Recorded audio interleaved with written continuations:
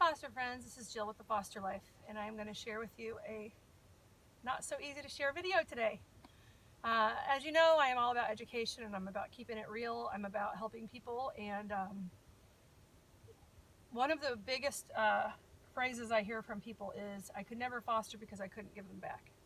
And I wrote an article to help you understand that you can give them back. But I want to share with you just on a very personal level today, kind of a raw level, because I just gave 2 kids back. So I'm happy. Don't get me wrong. I'm just sad. All right. But I am happy for them.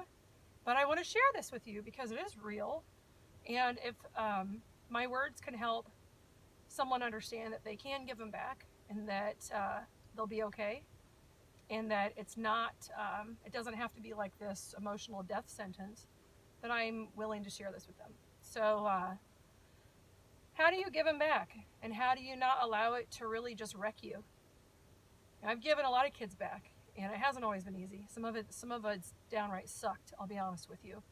I've been doing this a long time, and I have learned over the years that the way that you give them back, this is the one little trick, this is the one little hint, the big secret I can give you, is from day one, you root for their parents.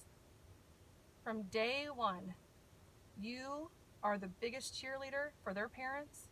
You want them to get their kids back, and you have to wrap your mind around that. If you go into this not liking their parents, and there have been times that I have not liked parents. In the beginning, especially, I was super judgy. I let my own emotions get in the way. But this is not about me. This is about these kids. That's what ultimately it's all about, these kids. And because it's about these kids, it's about their parents, because they love their parents. So from day one, you wrap your head around the fact that these kids are going home, that you only get them for a short time in life, and you are going to root for those parents. And I can tell you with certainty, I have been rooting for this mother for 6 months. When you drop the kids off, it's not about you. You drop them off, and it's all smiles. And you keep it happy, you keep it joyful, because our kids, they take their cues from us.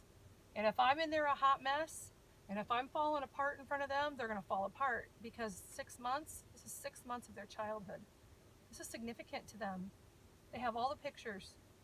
Okay? They have all their stuff we gave them. They have all their gifts that we gave them. They're going to take memories with them. The last thing that I want to do to them is leave them with the image of me a mess, snotting and crying and a mess. And so, nothing but smiles, and you suck it up, and you pull it together, and you drop them off, and you congratulate that mama. And I can tell you that I sincerely congratulated that mama today, because she's done a good job, and she deserved to have her kids back. Okay? She has raised beautiful kids, beautiful, loving kids, and that is because of her. She did that.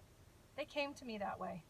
All I did was take care of them for 6 months. That's all I did. And then I handed them right back to her when it was her time to have them back. This is not easy. 2 nights ago, I danced with them for the last time in the kitchen, and I knew it. I knew that was the last time I would probably dance with them. Last night, we sat around the dinner table. We played the 20 question game, talked about our favorite memories from the past 6 months. We made it a celebration. We had McDonald's chicken nuggets just like we did on the first night. And